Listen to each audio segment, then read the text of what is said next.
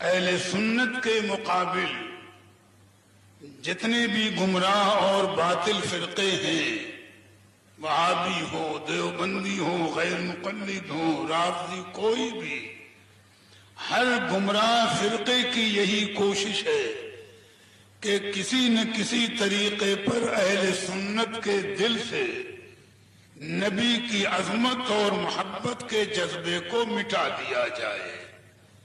وہ ہمیں نماز پڑھنے سے نہیں روکتے، روزہ رکھنے سے نہیں روکتے، حج کرنے سے نہیں۔ اصل معاملہ صرف یہ ہے کہ ان کی کوشش یہ ہے کہ ہمارے دلوں سے عظمت رسالت اور محبت رسالت نکل جائے، اور میاں جب روح نکل جائے گی تو جسم تو بے جان ہو ہی جائے گا۔ جب دل میں نبی کی عظمت نہ ہوگی، تعظیم نہ ہوگی، توقیر نہ ہوگی، تو نماز ہو، روزہ ہو، حج ہو، زکوٰۃ ہو، یہ سب بے جان چیزیں ہیں، نامقبول ہوں گی، کوئی حیثیت نہیں ہوگی۔ بلکہ اس موقع پر ہمیں بات یاد آئی کہ اس نجدی حکومت کا بانی اول سعود جب اس نے حجاز مقدس پر قبضہ کیا تھا تو سرکار مجاہد ملت فرماتے ہیں کہ جب یہ ظالم مدینہ طیبہ آیا تو مسجد نبوی شریف کے ممبر پر کھڑا ہوا، اہل مدینہ کو جمع کیا۔ دیکھو نجدیت اور وہابیت کا بنیادی اصول۔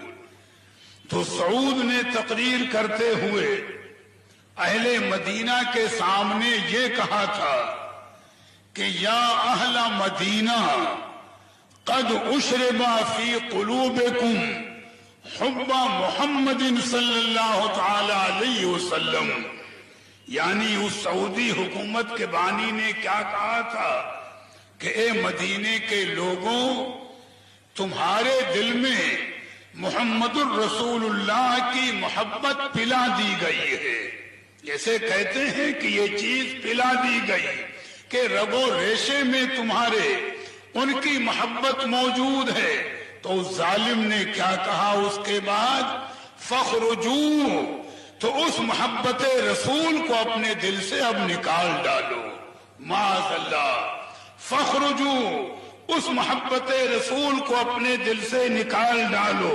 اقولو باللسان، ابھی تو میں تم کو زبان سے سمجھا رہا ہوں، وَإِلَّا بِالسِّنَانِ، ورنہ تلوار کی نوک سے تمہارے دلوں سے محبت رسول کو مٹاؤں گا۔ یہ ہے نجدی حکومت کا بنیادی اصول، اور یہ ہے سعودیوں کا عقیدہ کہ کسی صورت سے مومن کے دل سے محبت رسول مٹ جائے۔ اور میاں جب محبت فنا ہو جائے گی تو نہ تعظیم کا جذبہ ہوگا، نہ توقیر کا ہوگا، ہماری کوئی حیثیت نہیں رہے گی۔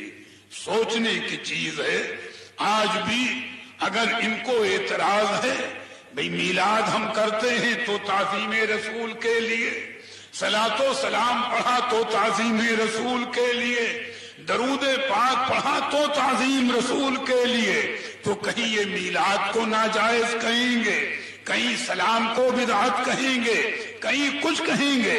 مطلب یہ ہے ان کا کہ ہر وہ عمل کہ جس سے سنی مسلمان کے دل میں محبت رسول کا جذبہ مضبوط ہوتا ہے، اس عمل کو چھوڑا دو، یہ خود بخود مردہ ہو جائیں گے۔ لہذا اتنی نصیحت ہے کہ میاں ہمارا سب لٹ چکا ہے، نہ تخت ہے، نہ تاج ہے، نہ حکومت ہے، آج عزت کی بھی پامالی ہے، کم از کم ایمان بچا ہوا ہے، تو جان دے کر بھی ایمان کی حفاظت کرنا پڑے تو جان دے دینا، مگر ایمان پر حرف نہ لے دینا۔ اور ایسے گمراہوں اور ایسے بے دینوں کے قریب بیٹھنے سے گریز کرنا کہ جو تمہارے ایمان پر حرف لگا دے۔ میاں یہ قیمتی شے ہے ایمان،